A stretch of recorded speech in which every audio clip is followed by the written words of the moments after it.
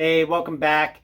We got a couple updates here. I'm going to go through. I'm going to show you the roof leak patch, talk a little bit about the Titan ballast box, a little bit more beyond what I said in the last video. Then I'm going to show you these series property markers I have posted around the property. They've been up for a year. Then I'm going to wrap it up with a little bit of background information about Redneck Ed. So maybe you'll get a kick out of that. So first things first.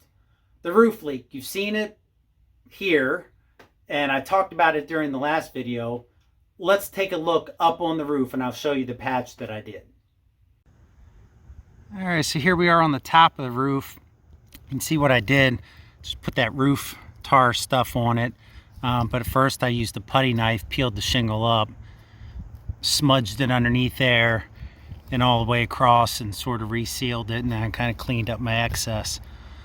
So it's in there pretty good, even mushed down into the hole. So I think I'll probably use a moisture meter on the other side after it rains tonight and see, just make sure there's not even just like a tiny amount of moisture coming through. Speaking of the good old shed, I've probably never said this on the channel, but I built that from scratch. Every bit of it. Not one bit of that is kit. It was all raw lumber. Couple little regrets, like the two before I framed the door up with was bowed. I knew it the day I put it together, and so the door's crooked, but everything else kind of pretty good.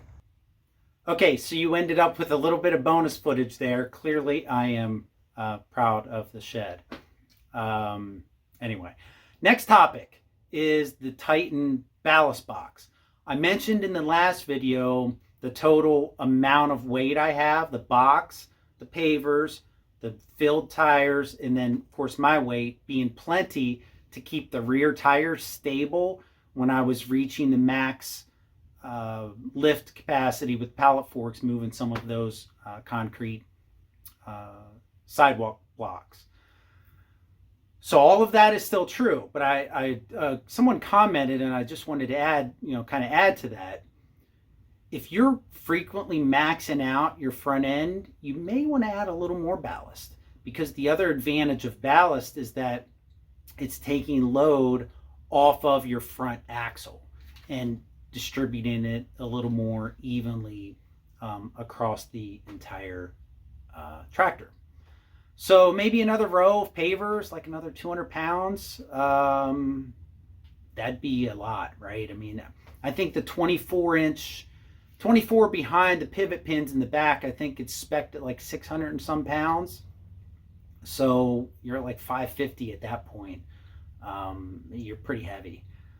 It's probably not a full row, a full 200, but I just wanted to mention that about the stress on the front axle. I've seen so many videos, talking about that. Okay, so now property markers. Here they are. I've got the red,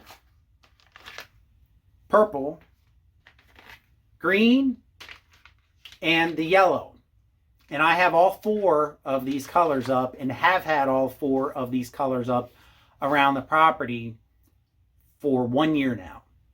So I ordered these because I wanted something that the tree wasn't going to outgrow, and I wanted something that was going to be easy to put up, easy to maintain. Wasn't going to fade and crack and fall, so I'm not, toting a ladder around the property every couple years, fixing broken ones. So far, so good with these. You'll see when I do the walk around, they've held up really well. I've got two 3-inch 10D galvanized nails, one in the top, one in the bottom of each sign. The instructions recommend an aluminum nail, but I went with the galvanized. They seem to be working pretty good.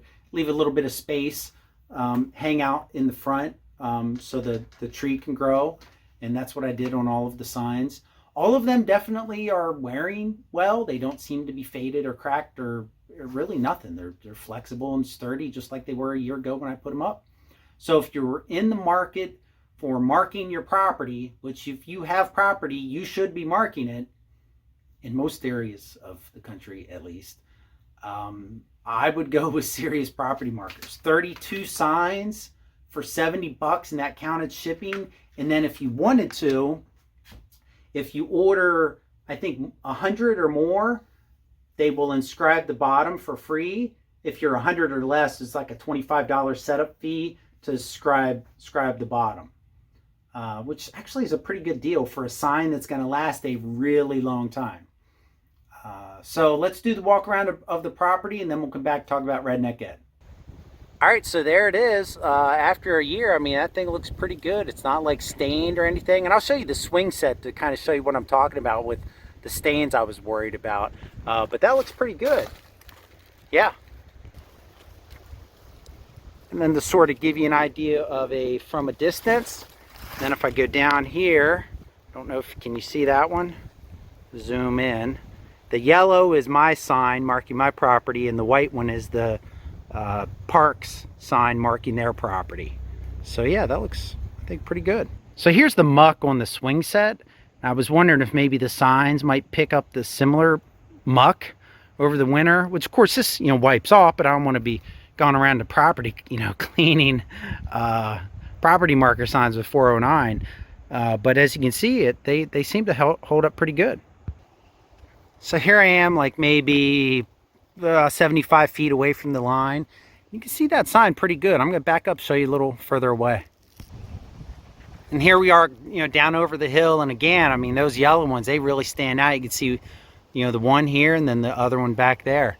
You can see it really well. And I have them maybe, I don't know, 8 feet up off the ground. I used a step stool or maybe it was a ladder, to do it. All right, now here's the view I really like. I might be zoomed out a little bit too much, but I'm telling you, just from my eyes here live, I can see these signs really well. So there's one. There's another.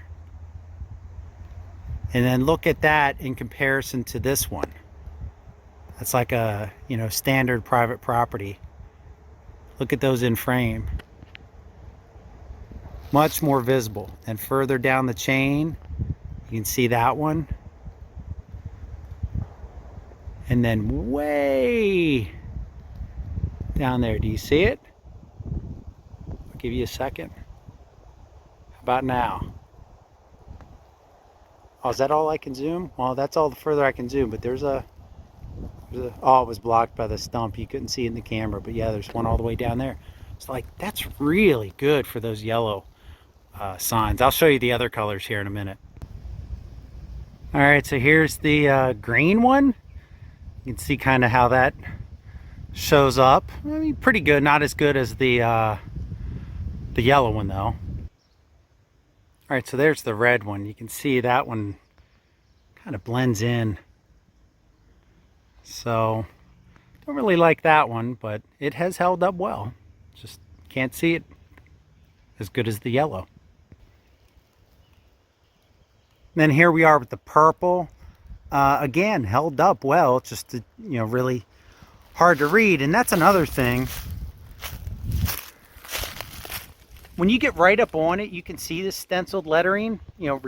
For all the colors, this statement applies. But from a distance, they're a little bit harder to read. And yeah, they're a little bit harder to read. So that's the only real downside.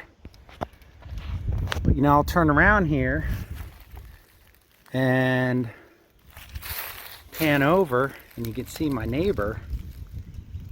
I gave her a couple of them too. You can see it pretty good. And then she has one down there. Now, visibility wise, we can compare it to the neighbor across the street. He's just got the paper ones up, and you can see it really well. You can actually read the print on those a little bit better because it's black lettering versus just the open stencil.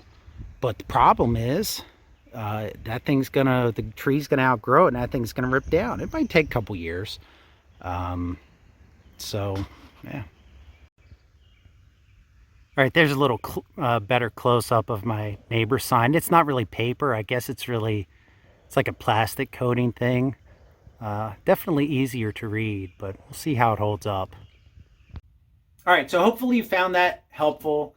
So now let's talk about Redneck a little bit. So here's the deal. The sidewalk I removed in the last video, that was the sidewalk to the old shed. Old meaning it was the shed that was the rickety old shed that was here when we moved in. It was a mess, so I had to tear it down. And I'm going to paste in some pictures here now so you can see, not only the shed, what it looked like, a couple of clips though too of the shed being torn down. So I tore that shed down, and underneath some of the crappy plywood was actually some really good old boards. So I called a friend of mine, Jason, who does upcycling. I said, hey man, you want some of this lumber? Come get it.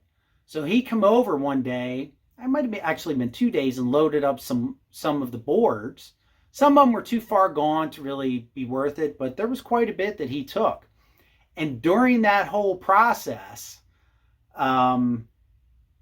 we started like joking around, and he made some kind of comment. I think he actually even might have done a video to put on his upcycling site. And he said, hey guys, we're out here with, Redneck Ed, something to that effect. So when I first started posting YouTube videos, that was the first thing, for whatever reason. That was 6 years ago that this happened. But that was the first thing that kind of came to mind. So if you're ever wondering, like, why do I call the channel Redneck Ed? That's kind of where the name came from. The concept of Redneck Ed is really, in my view, just, you're not always redneck and stuff, but you're kind of like figuring it out, making do. When I do a video about the tractors or do a video about the property markers, I'm not the expert, right? They're not exactly how-to videos. It's just saying, here's what I'm doing with what I've got. I don't think I'm like totally, crap redneck in most cases. I'm trying to do a decent job most of the time, but there's kind of a fine line. You've got a job to do, and you can spend $1,000 or $2,000. Well, you're trying to get the most bang for your buck out of that $1,000 and not have to, waste another grand just to get that last, 5%. And that's kind of how I approach most jobs. Now, I do have the philosophy of, job worth doing is worth doing right, but it really comes down to the definition of what is right. To me, right is it's not going to break the next day. But right also means you're not spending that extra $1,000 unnecessarily if you can avoid it. Now, the tractor purchase, you're like, I can't believe you just bought the tractor. That was kind of, out of character for me. But I know it's going to, really come in handy around the property. So, and save my back. That's a really big part of the tractor purchase. So, if you were wondering, number one, maybe about the sidewalk, where'd that go to? Now you've seen that. And if you ever wondered about Redneck Ed, there's a little bit of background for you. So as always, thanks for watching. Comment, like, subscribe, please. If you like what you're seeing. If you don't like what you're seeing, post a comment. Let me know. If there's something you'd like to see a little bit different, something I sort of covered but didn't go into enough detail, give me a comment. So again, thanks for watching. Take care.